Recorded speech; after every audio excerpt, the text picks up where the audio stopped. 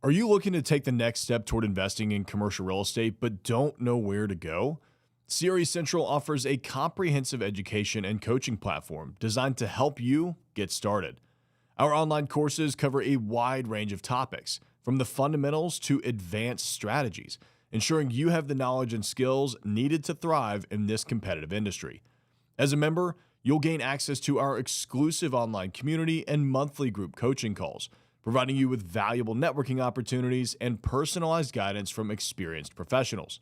Whether you're a beginner or looking to take your career to the next level, CRE Central has the resources you need. Visit www.crecentral.com to learn more. It is Wednesday, November 6th, the day after the election. Donald Trump has won a second presidency. And in this episode of the Investors Roundtable, we're going to be diving into what that could mean for commercial real estate. We know that Donald Trump has a background in commercial real estate. We know that he is generally pro-commercial real estate. But I have some questions about some of the policies that he's putting in place, and I think we'll have a good discussion today. This is going to be as apolitical as it possibly can be. This is obviously not a political talk show. We don't care. I don't care who you voted for. I'm sure you guys don't care who I voted for. So we're going to be diving into a few of the things that I want to talk about: deregulation, tariffs, immigration. I think that these are all things that are going to be major impacts on the commercial real estate industry. So with that being said, Logan, Matt, thanks for joining me today. And I'm going to start off on the deregulation side of things. Let's talk about tax policy. Let's talk about economic incentives when it comes to commercial real estate investment and development. His past policies have included tax cuts. It's also included deregulation. That has boosted commercial property values. I think there are pros and cons to deregulation, right? Pros and cons to tax cuts, honestly. What types of deregulation are you seeing, Logan, that are likely to benefit commercial real estate under Trump? Oh, I don't think we can hear you.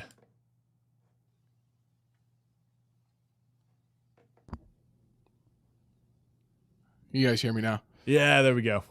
Sorry about that, guys. My approach to this is going to be a little bit not different, Tyler, but I do want to just mention one thing that, like a framework that I think is the overarching theme of this, which is, and I know we're going to get into this, but I can't start this discussion without talking about the tariffs and how that's going to impact commercial real estate, because I think this is going to lay the groundwork for potentially the other conversations around deregulation. But I think that prolonged tariffs could significantly impact commercial real estate, especially with the recent increase in the 10-year Treasury yield and respected analysts predicting it could reach 5% by year's end. And if tariffs drive up prices and inflation, the Fed's going to have a really hard time finding it to make sense to lower rates in the near term.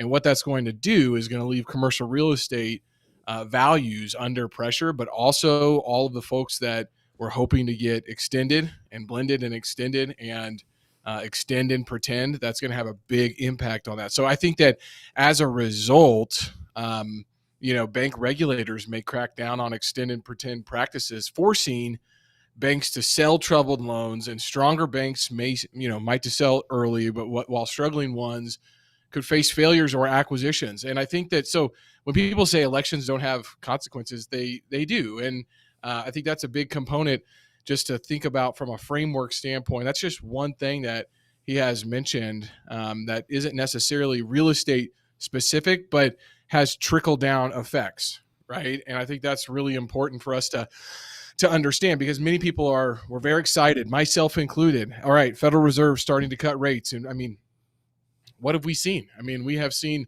a very sticky, economy in regards to labor. Sure, last week's job report was a little bit different, but we had massive, natural disasters. We had strikes all going on. And so I think it's going to be really interesting to see what they say this week in regards to the Federal Reserve. That being said, you said you wanted to talk about deregulation, right? And I mean, Trump's previous administration focused on, tax reforms, which included the 2017 Tax Cuts and Jobs Act, that created opportunity zones, and that obviously encouraged real estate investment in underserved areas by offering tax incentives. So I think that that's one thing that I think people might be interested to see if that maybe comes back, some sort of reintegration of the opportunity zones.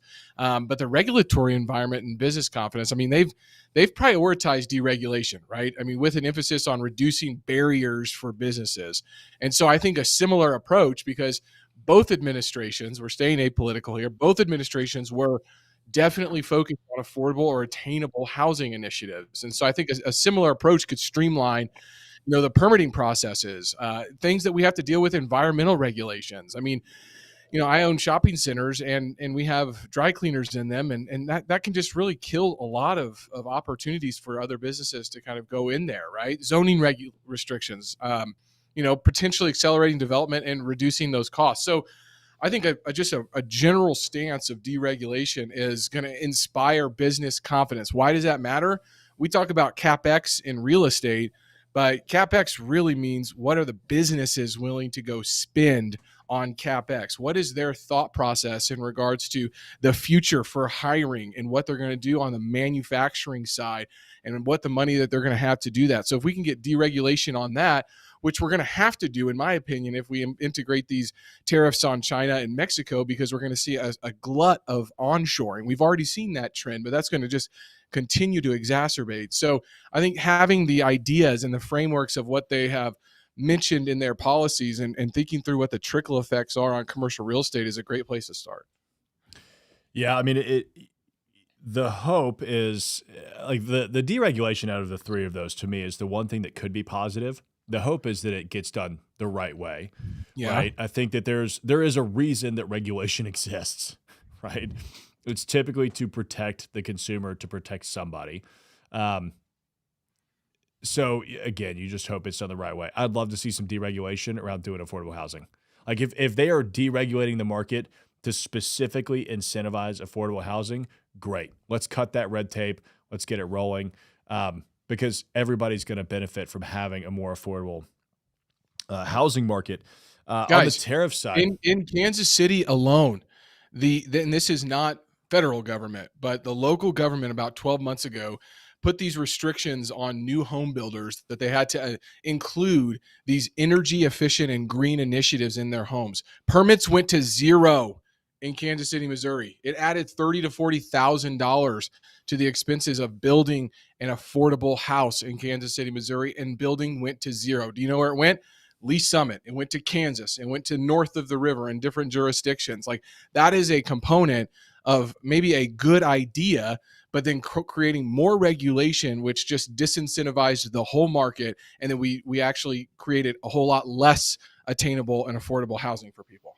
That's right. I mean, that the unfortunate part about politics is that people get elected into office that don't generally have experience in every single aspect of life that they then have to pass policy on, right? Like it sounds to me like right off the bat, like, oh, there was probably good intention behind that. But if you don't think through what the consequences, what the downstream is of doing that, yeah, obviously people are just going to go to the path of least resistance and build elsewhere. Guys, the question of the day: what policy shifts under a Trump presidency would most impact your commercial real estate investment strategies? Talking on the tariffs, that is the one. I mean, well, there's many things. The tariffs conversation blows my mind. I can't believe we're having a tariffs conversation. There's been a lot of stuff coming up in the past week about how tariffs, or the past couple of weeks, about how tariffs created the Great Depression. I don't believe that. I do believe that the tariffs genuinely really contributed to the severity of the Great Depression. I think there's a lot of reasons that were going that happened. There are so many misconceptions around tariffs right now that, China's going to pay for it or Mexico's going to pay for it. I mean, just like Mexico was going to pay for the wall too, I guess. Right. But tariffs, just on construction alone, the increase in costs, will that be good for people that own buildings already? Absolutely, because it's going to become so cost prohibitive to build anything that there's going to be a shortage of building supply. However, it's going to be horrific for new construction affordable housing, for new construction shopping centers, for anything new construction. You're going to pay more. So, I mean, Matt, let's jump over to you, man. I mean, when it comes to deregulation and tariffs, I mean, what are your thoughts on those? Like, where do you think we're headed with that?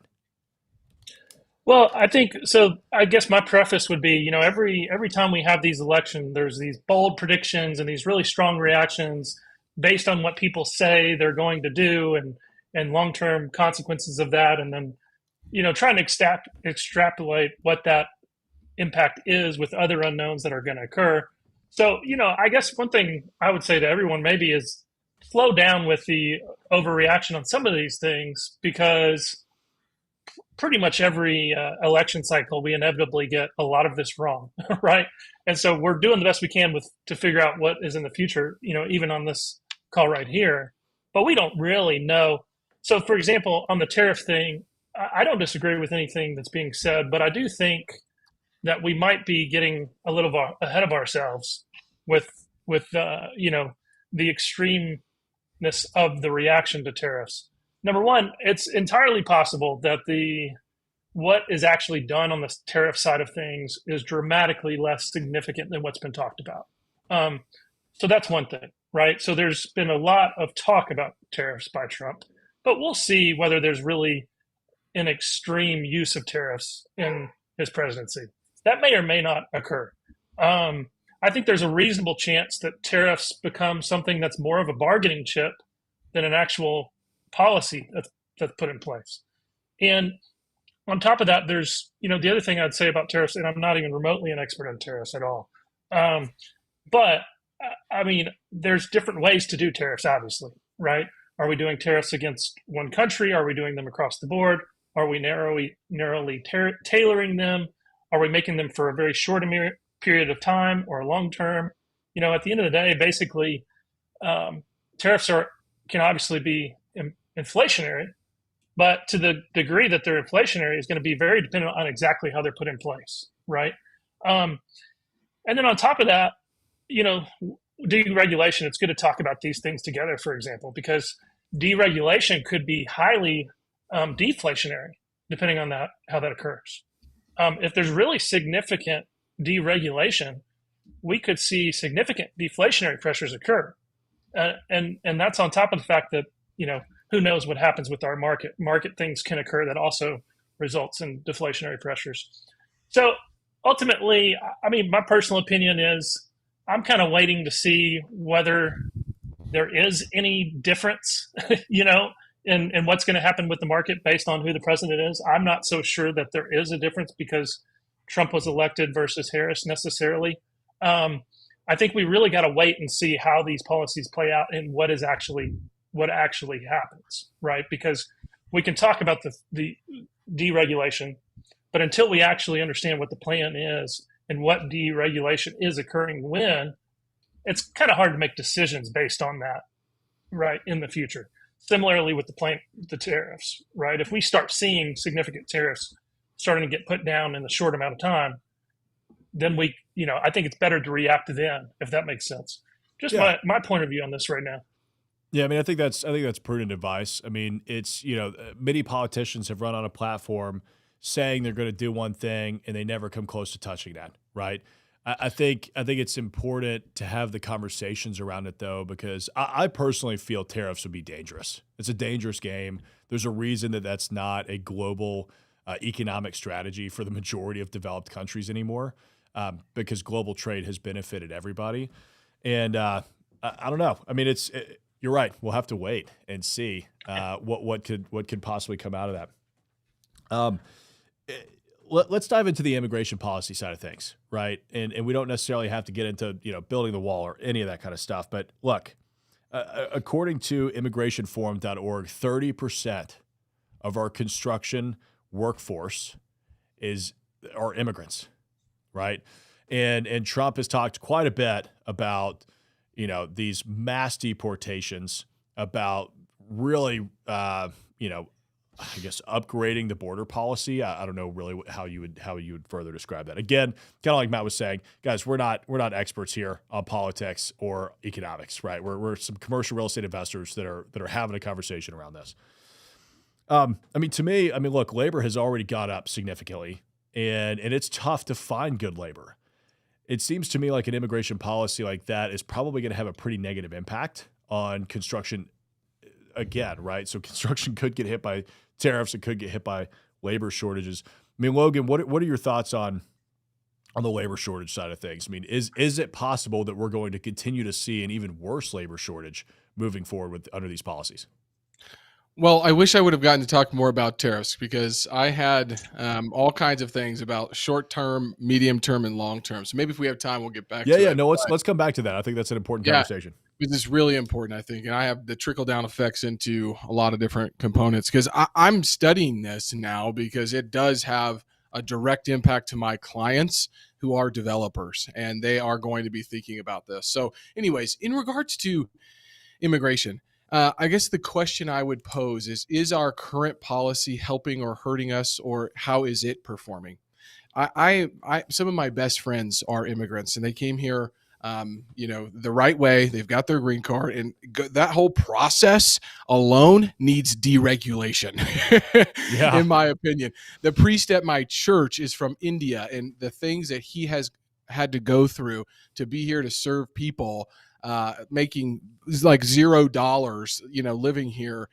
It's just crazy the amount of stories that he's had to go through to just stay here, right? So I think that's my stance is let's think about our current policy and how that is hurting or helping us. If we have a current policy right now and we have this labor shortage, but we do have an immigration policy that may be more welcoming than what Trump is doing, how do we actually integrate these individuals the right way into our society so that they can create prosperity for themselves and for their families? That is what I'm trying to understand. And by no means am I an expert on this, but the United States of America, I still believe to be the greatest country in the world. So as long as we have the programs, the initiatives to help people say, here is a way to become a skilled trades worker, an apprentice, expert in electrical and mechanicals, in plumbing, in roofing, in building. I mean, and guys, I employ a lot of people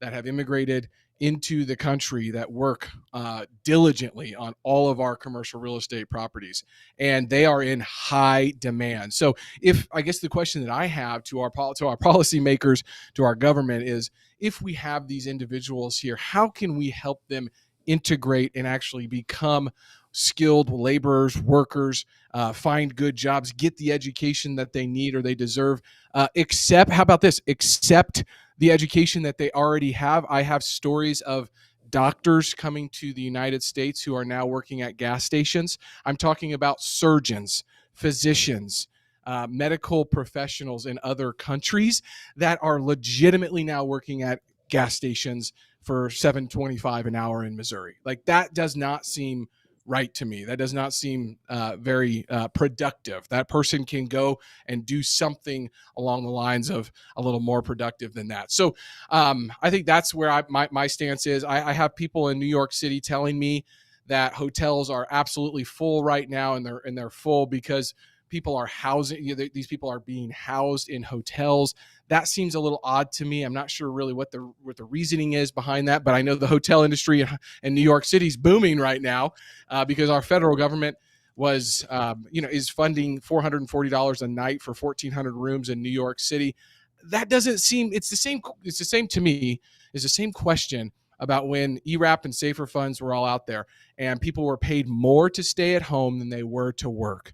And when those funds ran out and they had to start paying rent and get back to the workforce, they didn't come back. Now, that has happened, but that took time, right? So how are we incentivizing these individuals, these awesome people that are coming into our country and giving them the resources? That's what I want to see, and that's where I think we should focus our efforts on. Yeah, I agree. And to be clear about what's going on in New York, those are migrants that have been seeking asylum. So there are political reasons for them doing that. Good. And the federal government has stepped in to help with that. Matt, I mean, what are your thoughts, man? I mean, from a legal perspective, like, I mean, obviously you're not an immigration attorney, but I know you just bring an interesting view on that. I mean, what's it look like if we start these mass deportations? Like, how does that start to impact what we're trying to do on a daily basis as commercial real estate professionals?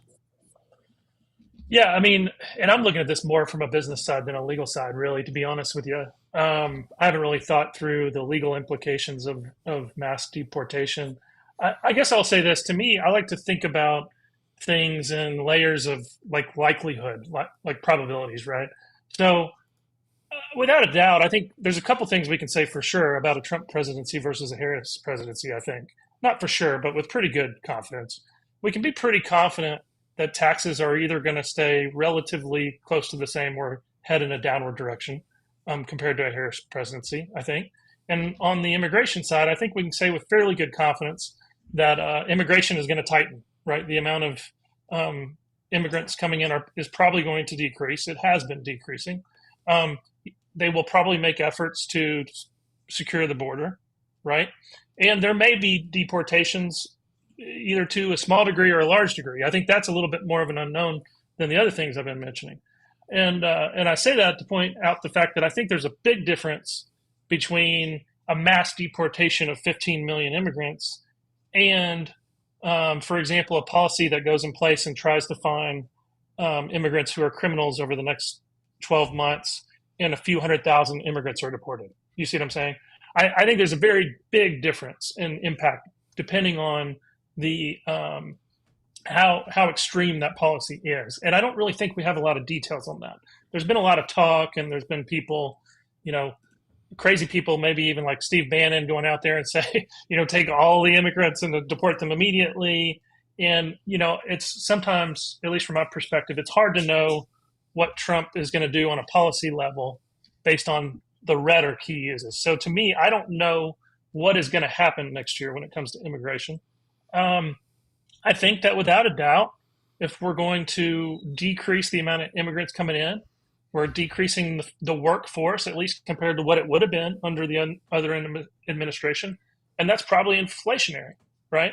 So I think I'm mainly waiting to see like how strong of an immigration policy is actually going to be enacted. Like, what are we actually going to see numbers wise? I think we can expect some inflationary forces from that. So I'm going to be looking at, tariffs, deregulation, immigration, and seeing how strongly those policies are actually enacted and how aggressively they're enacted, and trying to put all that together to try to make an assessment of what does this really do. Because if we see a lot of deregulation and a limited enforcement on immigration policy, then I think that could be more deflationary. Whereas if we see a very strong aggressive immigration policy by the Trump administration and not really that much deregulation going on, then that could be more of a deflationary. And the other thing we haven't talked about, but it's always part of the question is, I think there's maybe a little bit of more of a wild card or a long shot, but is there going to be any impact to the deficit, the national debt, the spending? I think most predictors are saying that under either administration, it's probably not going to be much of a difference, that we're not going to make a huge dent in the national debt or in the, in the way that our government's spending. And I think that's probably where the odds are. But I'll be looking to see, just in case. I mean, fingers crossed, I'm always optimistic and hopeful that somebody's going to finally start to do some things to balance our budget and start to be a little bit more, tight on how we're spending. And maybe we'll get lucky on that. Maybe Elon Musk will have some influence, and I doubt we'll see a Twitter type of, cut on the government, but maybe we'll get lucky and start to see some things like that happening. That'll be positive for us. We'll see. Yeah, I mean, reading on NPR, I mean, their analysis of Trump's economic plan, and look, I'm sure somebody's going to jump in and start yelling at me for talking about NPR, but come on. I mean, their outlook of Harris versus Trump, I think hers was close to $3.5 trillion. Dollars added to the deficit. I think his was more than twice that. It was like $7.5 trillion that would be added to the deficit. He added a hefty amount his first go round, which really caused a lot of the inflation. Now you can make the argument, well, it was COVID, so there's that. But we won't get into that. I want to talk. This is funny. We've got like 70 people watching us live, Right. and nobody is talking in the comments. Like I get it. I'm sure everybody's kind of afraid. They're like, somebody's going to flame me for something. When I texted the guys about having this conversation this morning, obviously right after the election, I was like, I wonder if somebody's going to back out and be like, no, I don't want to have that conversation. I mean, it's tough. It's tough to have these conversations. Like, even if it's apolitical, we're not talking about the candidates necessarily. We're just talking about who got elected and what their economic policies are. It's tough to have these conversations without somebody saying something. But hey, would love to have you guys in on the conversation. If you want to jump in and say something, let's hear it. Logan, let's dive back more into tariffs. And look, I know we've got like 5 more minutes left. You guys have more time than that, so that we can dive into this properly? Cool. I'm flexible. All right, let's do it. Logan, Okay. what did you wanted to talk more about tariffs? Yeah. So thinking about this from a short-term, medium-term, and long-term perspective, I think this is how maybe prolonged tariffs can impact commercial real estate, right? I mean, look, in the short term, consumer spending and that is the largest portion of our economy is the consumer. All right. So number one, tariffs can increase prices for imported consumer goods. For example, I was talking to a real estate developer who was actually in a international global development forum, and he is sourcing his kitchens and his baths from China right now, delivered to the United States. Beautiful Class A properties, brand new, $2,300 for his kitchens.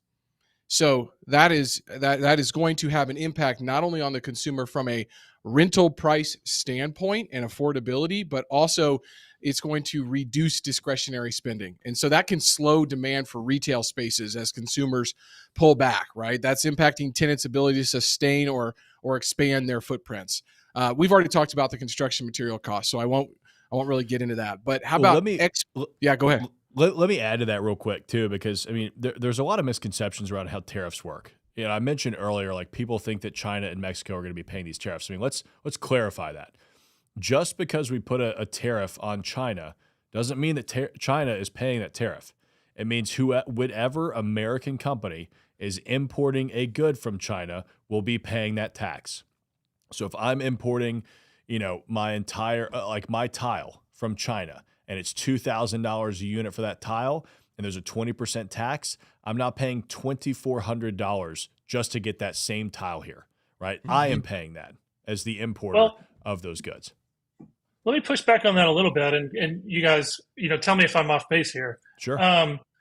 Theoretically, that's true, but let's say we've got tile from China, and we're putting 20% on it, right? Well, if we can find tile from India that's 5% more expensive, then the actual penalty to the American company is more like 5%, right? That's right. Is that accurate? So, yeah. So I think there's a lot of nuances here where, kind of like what I was saying earlier, how we do the tariffs and how strategic we are about them and how aggressive they are can have a huge difference in what we're looking at as far as the impact on American businesses. So I just want to point that out, because if there's some real solid, thought that goes into this and it's narrowly tailored, then we might see something more like a 20% tariff on China that has a 5% impact on the American business, if that makes sense. Yeah, I mean, I think that's absolutely fair. I think where it gets complicated is our entire supply chain is built around China, not India, right? Yeah. And so now, how many years is it going to take somebody to go build a tile factory in India that can then hit the quality control necessary for me as a developer to justify spending the money that I've got to spend to ship that all the way over here and take that risk that it's going to show up all right? Right? Like I'm going through that right now. I'm having to order furniture from China for my hotel. I've got to spend $850,000 on a furniture package and hope and pray that it shows up the exact same way that everything that I have seen has been, because it's going to take 3 months for them to manufacture it and then ship it over here. And if it doesn't get so those are real problems. But you're absolutely right. There are alternatives that you could make. It's just, can you find them? Are they going to be as good? What are the other issues that we're going to run into with that? Logan, I'm going to hand it back to you. Yep. The other part on the short term, I'd say, is export-driven industries. So counter tariffs from other countries can also impact the United States export industry. So you don't think there's going to be any retaliation on this. I Yeah. imagine there probably will be. So that can reduce the demand for logistics and warehousing space in especially big export heavy regions, particularly those reliant on agricultural or manufacturing exports. So that's not even one component that we've talked about, is the other side of the tariffs and the counter tariffs that may happen from these impacts, right? So short term, I think it definitely can impact consumer spending, the construction material costs, and those export driven industries. In the medium term, this is one that I'm following really closely, which is commercial real estate pricing adjustments. I mean, sustained higher costs for construction materials that can increase property prices, particularly for new developments. And, frankly, where we're at from a multifamily starts standpoint is at very, very low measures, right? So developers are going to have to pass these costs on.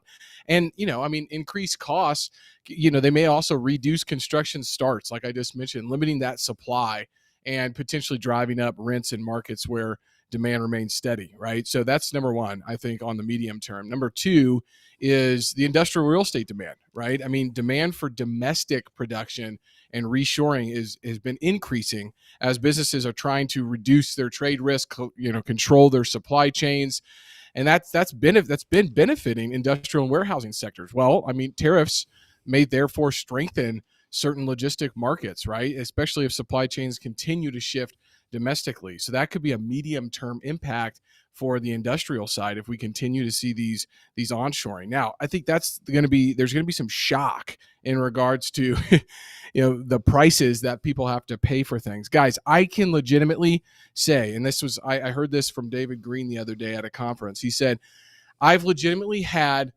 the thought process of, do I do my laundry or do I get on Amazon and buy more t-shirts that can be delivered here in the next 3 hours, right? Like think about that.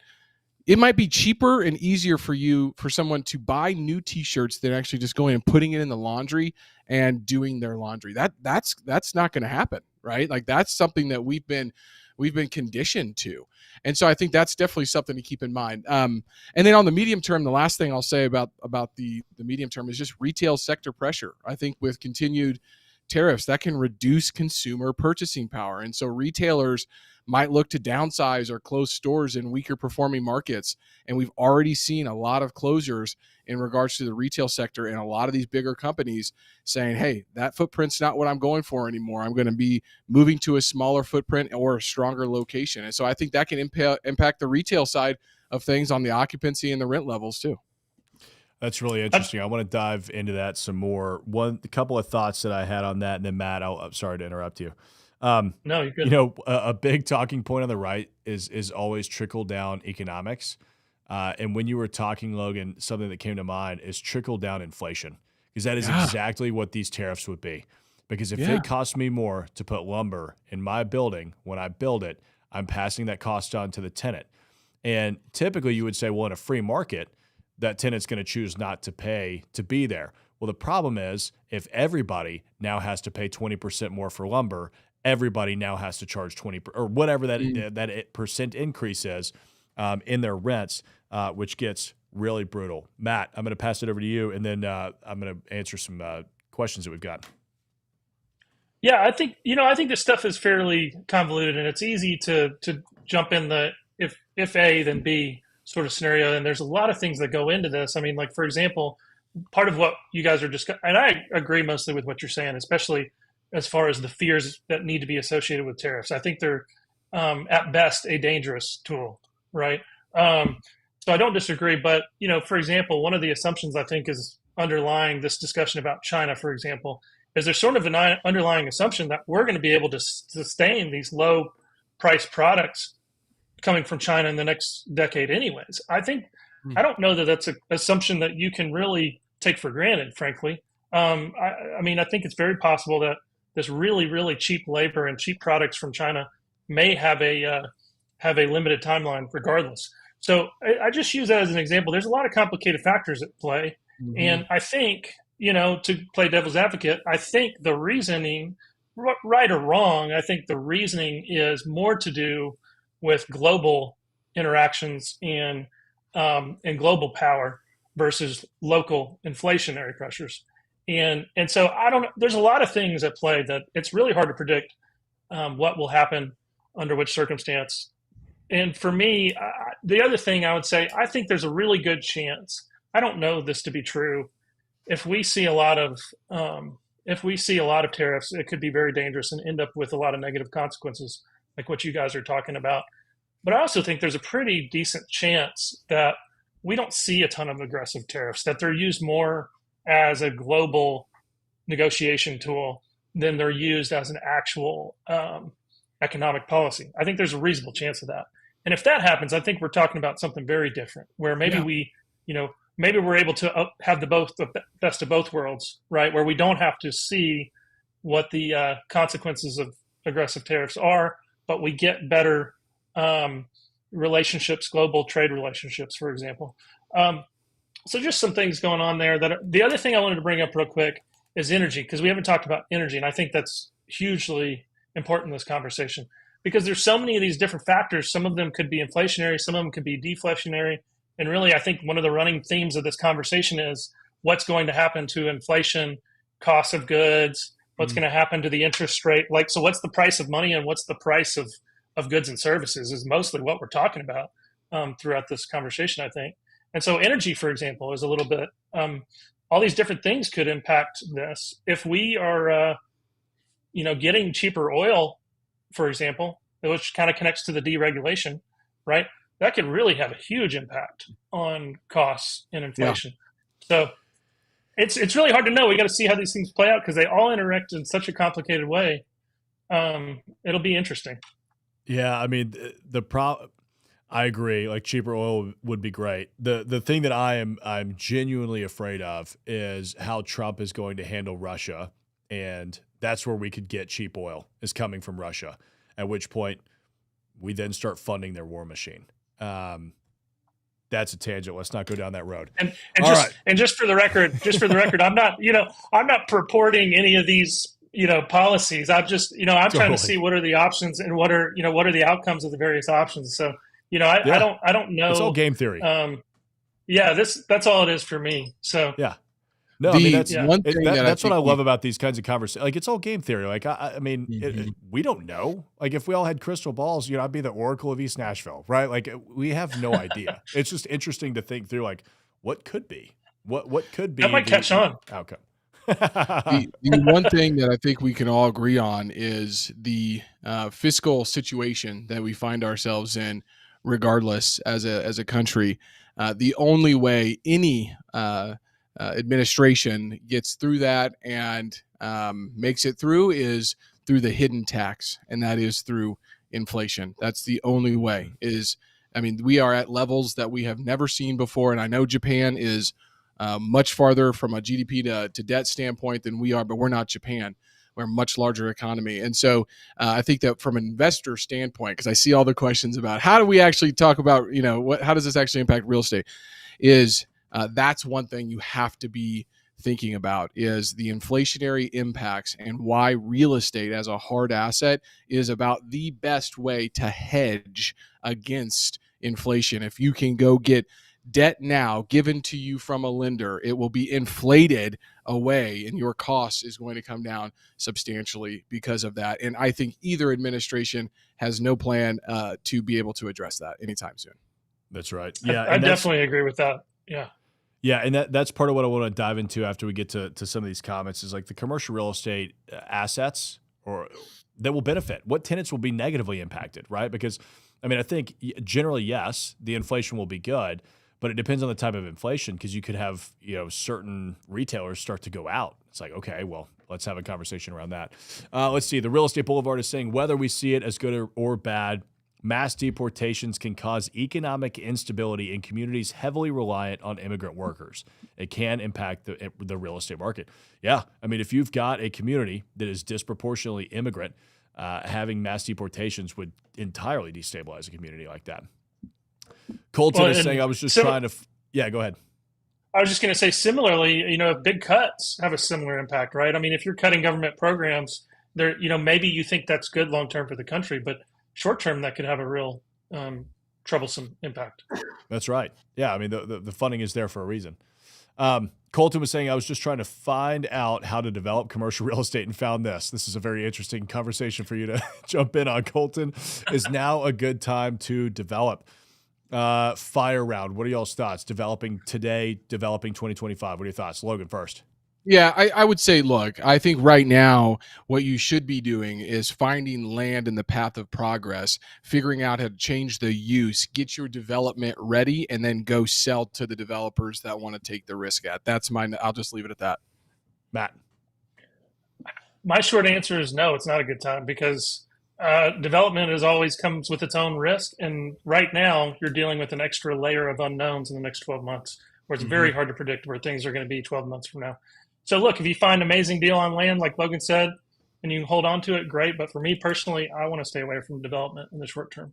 Yeah, I think Logan hit the nail on the head. I'm not developing anything today, and I don't think it's necessarily the greatest thing to be doing. Let's see. Real Estate Boulevard is saying, as someone from Puerto Rico, the issue of tariffs could potentially be alleviated if the U.S. removed the Jones Act in Puerto Rico. Puerto Rico is geographically well positioned for import and export. I'm not familiar with the Jones Act. Are either of y'all? No. Yeah. No clue. Again, not political experts, not economic experts. I'm not sure. Real estate, jump in if you can and let us know what the Jones Act does. Would love to talk about that some more. And then Brogan's question kind of goes into what I want to lead into with you, Logan and Matt, which is, would you say now is a good time to buy multifamily or residential since the belief is building costs are going to increase? What type of assets do you guys think are going to potentially benefit in the midterm, right? So in the next 2 to 4 years, and what do we think could potentially struggle and why? Logan. Yeah. So, I mean, I am a believer in the 18-year economic cycle, and what we're going through right now are micro cycles inside of a larger cycle that we need to have our perspective on. And so I have been tracking that and overlaying that with the Green Street Property Price Index and the anecdotal data that I see in my own markets. Okay. So I have my own proprietary algorithm in my head that says, in my opinion, prices will continue to rise. And so if your plan is a short-term plan to be able to go add value and your cost basis is at a good level, being able to do that relatively quickly and efficiently and be able to sell into a market when interest rates may come down, but you forced appreciated that project, I think you're going to be okay over the next 2 years. After that, I have no outlook in regards to what's going to happen, but I think generally speaking, prices go up for the next 2 years. So if you find an incredible deal that you feel comfortable with, put debt on it that you can ride out the next 5 years fixed, I think you'll be in a good position. That'd be my take. Matt, what are your thoughts? Yeah, pretty much agree. I mean, I'm looking for, I only want to buy right now below replacement cost, probably well below replacement cost. I want to buy a good asset below replacement cost that I can cash flow on and have no fear of having to sell it within a pretty good long or having to restructure the debt in the short term. Yeah. As many hard assets as possible is my point of view. Yeah. Yeah. I mean, exactly. I mean, look, if you bought real estate in 2021 and you just rode the wave, you did fine, right? As long as you had good debt on it before the interest rates started rising up. Guys, I know we're 13 minutes past the time. If y'all got to jump, feel free to get to it. I'm going to keep this thing rolling since we've got some questions going on in here. So if you guys can stay, love it. Let's see.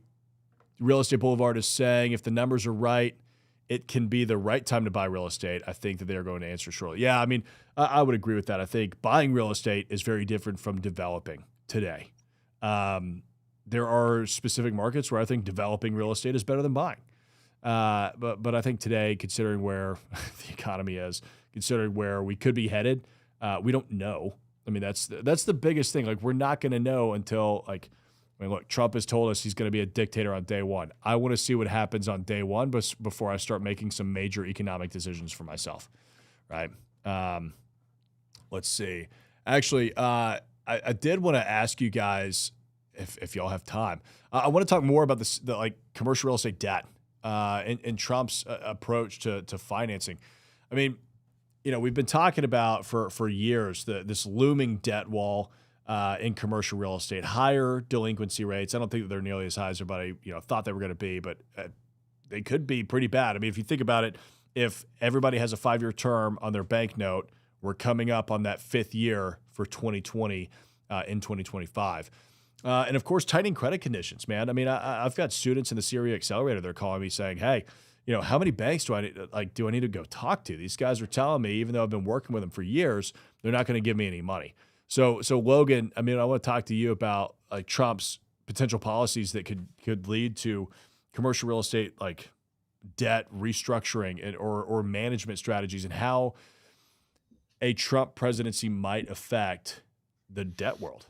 Yeah, I mean, I'm thinking if his policies make lending more accessible, it could alleviate some of the current debt pressures that we have by opening up refinancing options and or potentially creating more productivity. The one thing we haven't mentioned at all here is the rise in productivity and the other component that really has a big impact with the economic cycle, which is new technology. We are sitting on the beginning stages of artificial intelligence, and we have no idea how that is going to impact the changes in maybe deglobalization, meaning tariffs and things like that.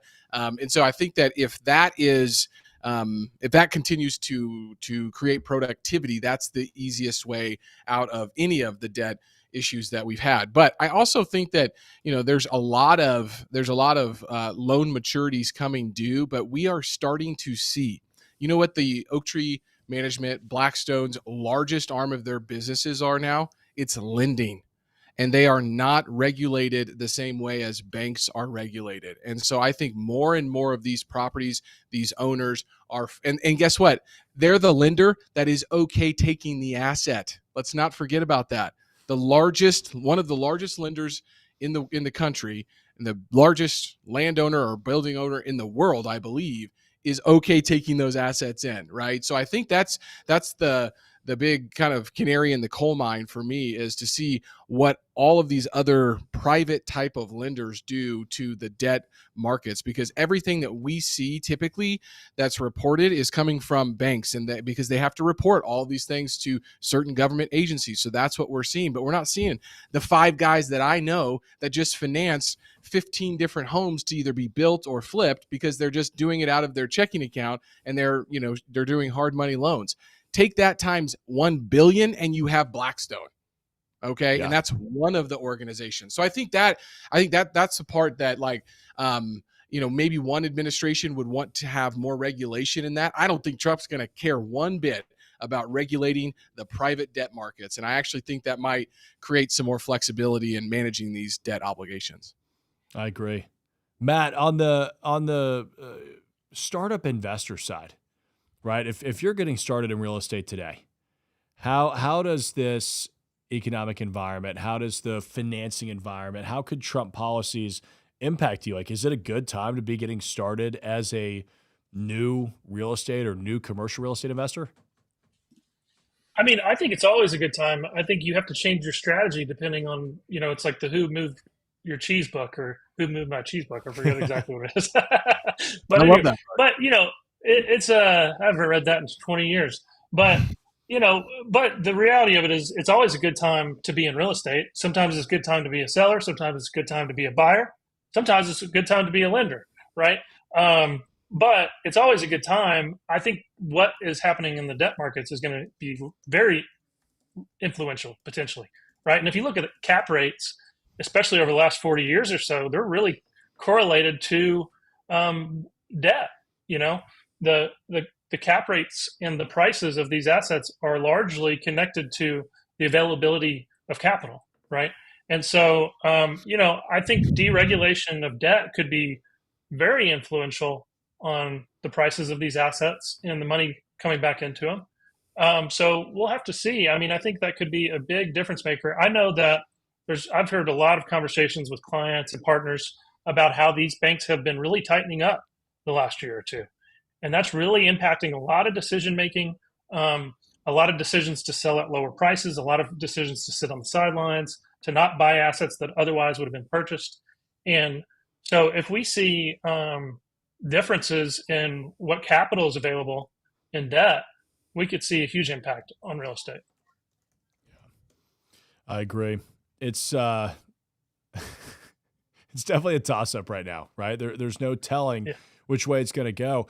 I mean, because like Trump's rhetoric is significantly more extreme than it was in 2016, but it's at the same time it makes you wonder, like, okay, but yeah, what's he actually going to focus on? What's he going to do? The guy golfed more than any president in American history, right? So it's like I don't know which side of this coin we're going to get. We got a question from Tanner. Are contractor garages viable? What tenants are preferred for garages? They're concerned that mom and pops or local startups may struggle to pay rent in a high inflation environment. I would agree with you. I mean, that's basically flex space, right? I mean, look, if we're in a high inflation environment and wages aren't increasing, tenants are going to be looking, what's the best bang for my buck? What's the cheapest all-in thing? And that's why I love flex space today already. Logan, I want to toss it over to you. What are your thoughts on that? Like, is there, I've been a fan of micro spaces for years now. They're great. They're more affordable. They're easier to lease up. Do you think that we're going to start to see even more of that moving forward?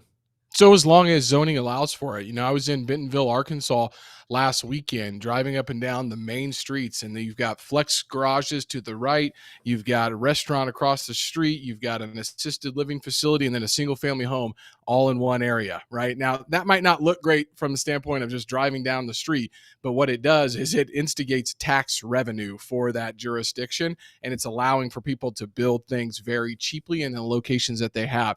I'm meeting with one of the largest landowners in Kansas City tomorrow to talk just specifically about contractor garages that he wants to start building.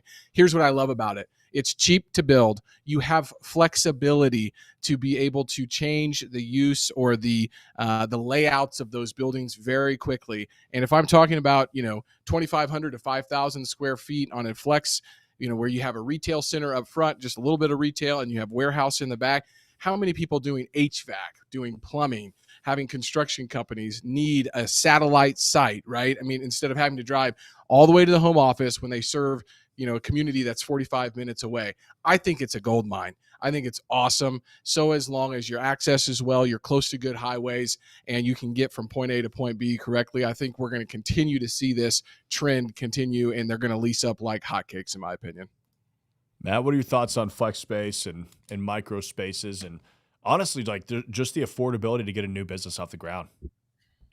Well, that's what I was going to say. This is not really my space as much as you guys, with the flex space and all that, but it makes sense to me. And part of my philosophy has been, particularly the last several years, is finding ways to create affordable space for people.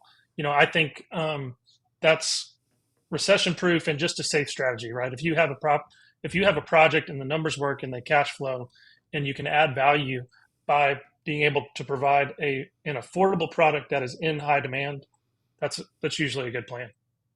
Yeah. Justin is saying, do you think Trump will reduce the red tape that will help to reduce unnecessary jurisdictional review processes for development and entitlements from federal level all the way down to local? My initial thought is no. I don't see how he could impact it on a local level. But guys, let's toss it out there. What are your thoughts, Matt? Yeah. Go ahead. Yeah, well, I actually had some interest. I was thinking about this today, and I had some interesting thoughts about this exact topic, actually, because, we're in Nashville, and I got people reach out. I had somebody, I mean, hell.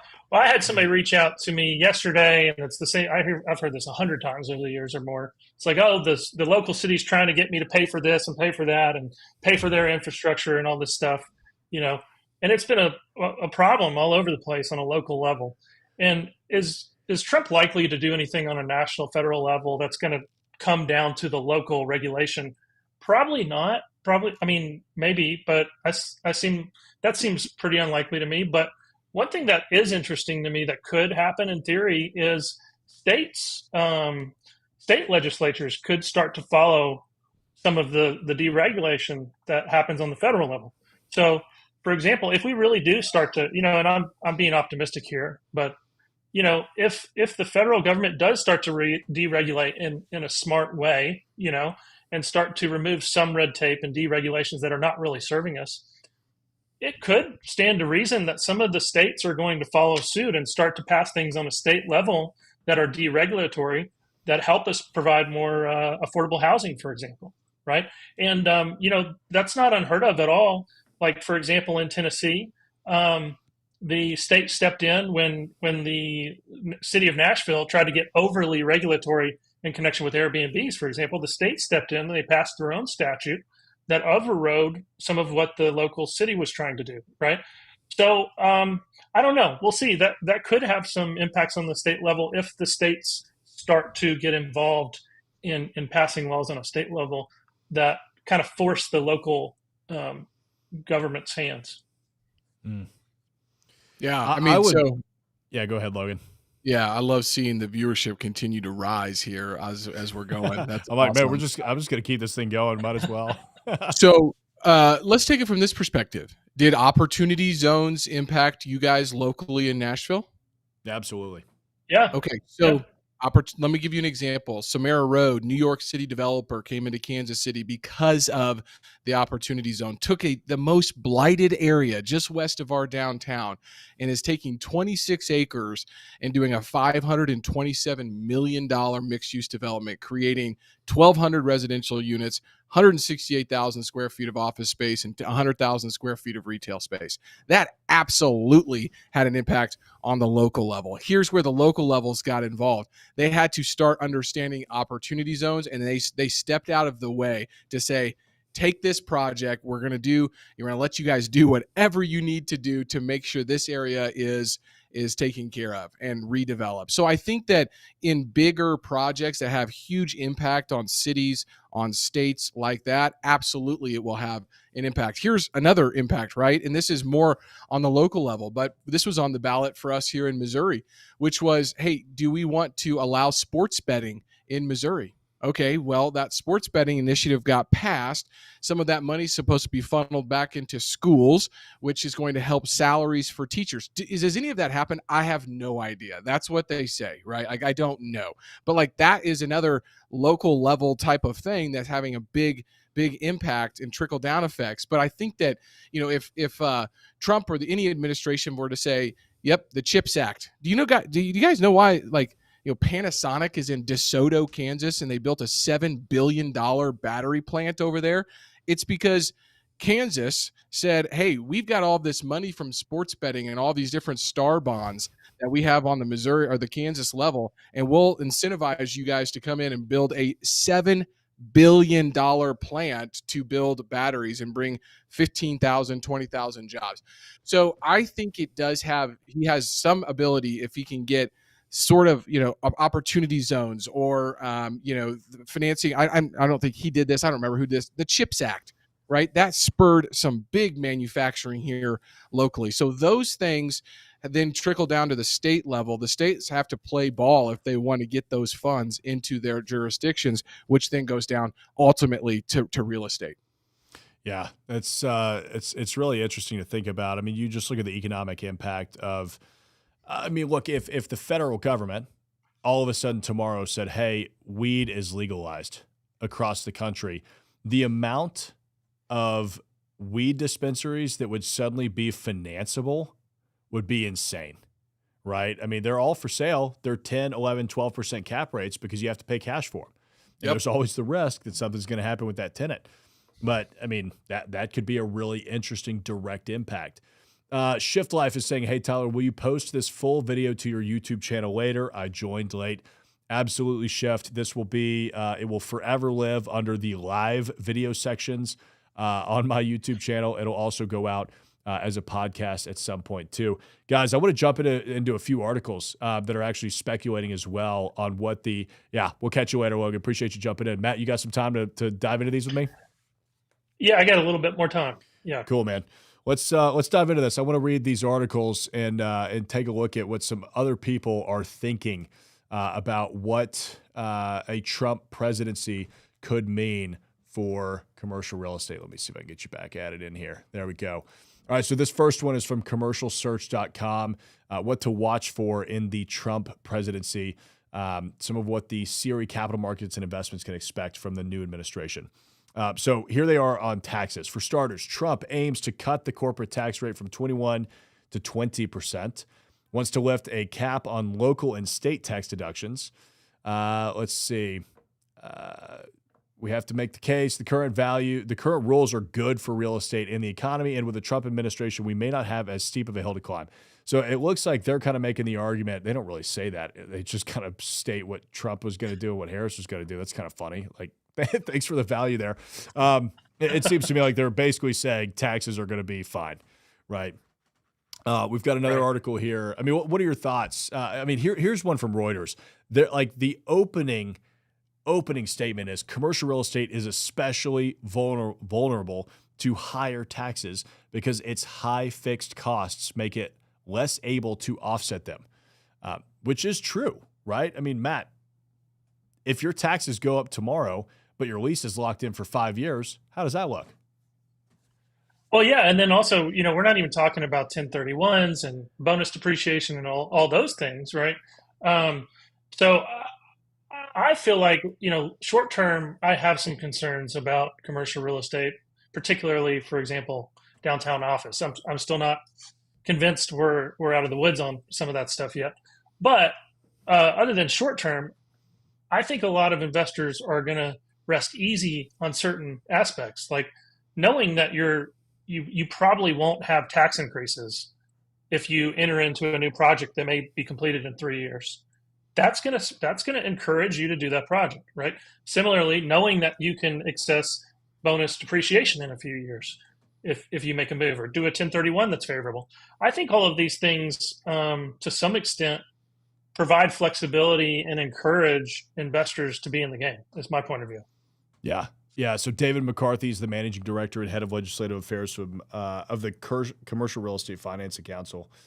He says, given that the nature of real estate is not super liquid, anything that raises costs now would come at the worst possible time. I think that's a really interesting perspective on it because, commercial real estate's not liquid. Like back in 2020, there was so much speculation office space is dead. But not really, right? Because commercial real estate, if the majority of your tenants are on a 3 to 5 year cycle with their leases, it doesn't matter what happens today. We're not really going to see that fallout for 1, 2, 3, 4, 5 years, right? And fortunately, office got a little more stabilized. Dude, if tenants were able to leave their leases back in 2020, the office world would be dead. Oh man. Well, hey, think about this too. We talk about cap rates and we talk about how cap rates are largely a reflection of the expected risk on that given asset, right? But it's also a reflection of the expected risk in a given market too, right?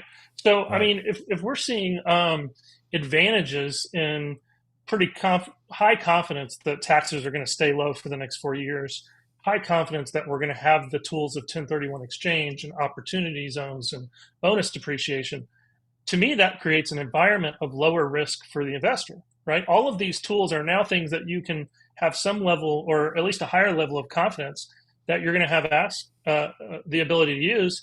And then in addition to that, you've got some upside there where maybe there's going to be some new laws passed that provide additional measures, benefits, right? So all of those things to me help in the long run, or even maybe in the next few years, really provide some positive outlook for investors, from my point of view, and decreased risk, which hopefully for me, I've got an apartment building where we've seen a cap rate go up, value go down. I'm hopeful that maybe this could have a positive impact on some valuations over the next few years. Yeah, that'd be nice to see, wouldn't it? Justin is saying, great feedback, guys. Keep it rolling. Hey, look, we're happy. I'm happy to keep this rolling for as long as you guys keep jumping into the chat with questions. So yeah, jump in. If you're joining us late, question of the day: what policy shifts under a Trump presidency would most impact your commercial real estate investment strategies? Jump in the live chat. Let me know. Let us know your questions. We want to hear about it. This next article is from knightfrank.com. They're diving. I just thought this was interesting. Considering the market, the investment market this morning, stock futures rose, as did treasury yields. Dollar hit its highest level against major currencies in a year. The price of Bitcoin hit a new record. Investors clearly believe that Trump policies will be inflationary. As we were talking about earlier, commercial real estate is a great hedge against inflation if that is what you are worried about. That could mean prices or sales or whatever in the commercial real estate industry start to escalate pretty rapidly, especially as we head in toward the end of this year. What are your thoughts on that, Matt? Yeah, I hear this over and over again, and maybe it's right. And you talked about I think you said that Harris was projected to have 4 trillion in spending, and Trump projected it like 7.5 trillion. Yeah, I think it was like 3.5 versus 7.5, give or take. Yeah, give or take it. And so I've heard that narrative. But I mean, you got to remember, a lot of that is largely based off of projections of policies that we don't actually know how they're going to play out. I've never had confidence that regardless of who was elected president, I felt like the assumption had to be that the spending was going to remain somewhat out of hand, and that the debt crisis was not going to improve. And really, for me personally, my underlying theory is that we're going to have to see inflation happen, because the government is in so much debt that they really have no options. Like, the only way for them to deal with this massive debt. I mean, I think we're at, like, keep in mind, like, go back to like 2008. I think the debt was like at 45% of GDP. I might be completely wrong on this, and now we're at like with Medicaid, Medicare, and everything that we're projecting to have to spend money on top of the current debt. I mean, we're way underwater, expected to be way underwater, right? And so I just don't see a way out of that, other than massive cuts, which are unlikely, or continued inflation. So I think the reality of it is we're in an environment where the clear probabilities are that owning hard assets is the play, right? And I think that's regardless of the presidential policies. And I think that's the most important point that's really unrelated to these presidential policies. Now, if we see some things that are passed that provide extra incentives for real estate, that's even better. But I want to own more real estate regardless. Yeah. I mean, I think owning real estate is always a good thing, right? A high inflationary environment is going to be terrible for you in your day-to-day life. It'll be good for you as a hard asset investor. Exactly. I think that's for certain. It's interesting to see what's going on in the Bitcoin market. I mean, we were talking about that kind of before we went live here. I'm not a Bitcoin guy. I jumped out of that a couple of years ago, and I don't regret doing that because my money needs to be in real estate. That's just what I understand. But it's interesting, right? I mean, to me, like, that signifies confidence in certain aspects of the economy, but it could mean that there is a lot of uncertainty ahead. At least that's how people feel, right? We don't know, but that's how people are feeling. Isabella is saying, if office space did tank, hypothetically, what is a good alternative use for that space? Matt, what are your thoughts? You owned a couple of office buildings. I don't know. I mean, there's always, everybody's talking about converting office to residential. The reality of it is without just having that perfect building that's easily convertible, or without having really impressive incentives, it's easier said than done. It's oftentimes not very cost effective to try to take a commercial office building and convert it into residential. It's just usually a big undertaking that is oftentimes cost prohibitive. It's doable. It's doable. I just think I think it's very location dependent, and I think Class A downtown office is a very different world than Class B, C suburban office. I think those are two different, almost like different asset classes right now. I don't know what you can do if prices keep falling in downtown Class A office. I don't know. I don't really know that there is a great solution, to be honest. Yeah, I mean, if you want to start getting on the really affordable side, you convert them into like hostel-like apartments, right? Because at least then you don't have to relocate plumbing throughout. But you're going to have, you'll have your own bedroom, living room, but then you'll have to have a shared kitchen. You'll have to have shared bathroom. That's the only way to make it economically feasible. I'm saying feasible. I'm not even going to say viable, because I don't know if that would still work. I don't know if you could rent them for enough to make it worth the risk. We haven't really seen product like that before, especially in Nashville. But that's the only way to make it economically feasible, because it's so cost prohibitive to go in there and retrofit that entire building. You might as well just blow the building down and rebuild it as something different, right? I have seen single story or two story Office buildings converted into flex space. I think that's a pretty interesting use. But honestly, like office buildings kind of suck. In terms of like adaptive reuse, there's just not much else you could do with it. Like I'm looking at my office building right here. The amount of money I've had to spend to put plumbing in some people's spaces, like I would never want to go and do that into every single space and convert these into apartments. It just doesn't make any sense. Doesn't make any sense at all. So yeah, I don't know, Isabella. It's tough. I mean, I had Roberto Gutierrez on the show. He's a contractor here in Nashville. We talked about what it looks like to actually dive into these assets and convert office buildings into apartments, and they've done some of that, but it is extremely expensive. You basically have to get the building for the cost of the dirt. It's really, really kind of bad. Matt, I've got one more article here I want to dive into. This is one from Biz Now, released today. I mean, all of these are coming out today, right? CRE readies for realignment as Trump surges back to the White House. We'll skip down a couple of paragraphs here. Many in the commercial real estate community said Trump's economic and climate policies will benefit the property market, which is in the early stages of a rebound. Specifically on the climate, we're really talking about deregulation, right? But there is also concern that some of Trump's other proposals, including a 20% tariff on all imports, could hobble the Federal Reserve's fight against inflation. A Trump win could have immediate impacts on Fed policy. Let's see. There's been speculation that if Trump is elected, that based on his tariffs, immigration position, and tax cuts, that those would potentially be inflationary pressures that the market clearly doesn't have with the current administration. You've heard people say that the Fed may be reticent to cut rates again this year. I mean, Matt, the Fed is obviously supposed to be impartial when it comes to, Republican, Democrat, left, right, doesn't matter. The Fed is the Fed. What do you think's going on at the Fed today? Because, we're supposed to have a rate cut this week. Do you think we'll still have a rate cut? Yeah, tomorrow. Tomorrow. Yeah. You think we'll still have it? Yeah, I think they're going to stick to the plan. I think they don't want to appear like they're changing their game plan based on what's happened. That's been their MO, right? They don't want to appear as if they're being affected by the politics in the moment. So I think they're presumably going to stick to the plan. The 25 basis point cut. And then, December, who knows? But I would imagine it's either 25 or nothing, most likely, unless something dramatic happens. Those are probably the two most likely outcomes.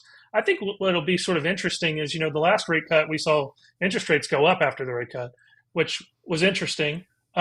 Historically, not that surprising, but a lot of people were caught off guard by that because a lot of people were thinking, oh, if we're seeing rate cuts, we're going to see interest rate drops. But a lot of those interest rate drops were already priced in because the rate cuts were already telegraphed. So I think the Fed's just going to stick to their plan tomorrow. I don't know what they're going to do in December. And then I think what they do in 2025 is going to be largely dependent on what the inflation numbers and the job numbers look like. I think that they will, if the job numbers start to look worse and worse and worse going into 25, they will continue to be more aggressive on the rate cuts. If there are inflation concerns that start rearing its head back up, then they're probably going to pull back on the rate cuts.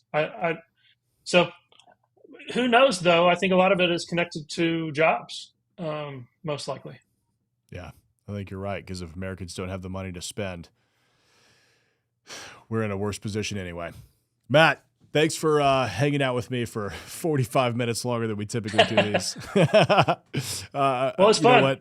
Well, the conversation warranted it, I think. I'm glad we were able to really dive into it and cover it from as many different angles as we did. Any final thoughts just on commercial real estate moving forward over the next 4 years? Yeah, you know what? I think my advice to the people listening would be, it's fun to talk about this and theorize and try to figure out the different implications of things. But be careful not to get paralyzed, right, by all the things that are going on and all the analysis, because at the end of the day, there are going to be opportunities. There are opportunities in your market right now, or in a market close to you. There are going to be opportunities in 2025. Come up with a business plan and come up with goals for next year and execute, take massive action, find a way to get ownership in equity in business or hard assets in the next year. And all these other things, they can fuel your trajectory and your plan. But at the end of the day, don't get paralyzed by all these things happening or get overly caught up in the politics. Buy some real estate. Great advice. There's a deal in every market, no matter what type of market it is.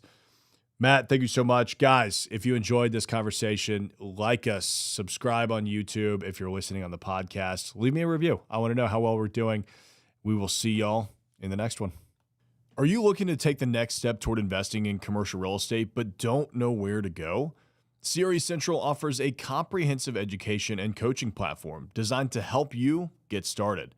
Our online courses cover a wide range of topics, from the fundamentals to advanced strategies, ensuring you have the knowledge and skills needed to thrive in this competitive industry.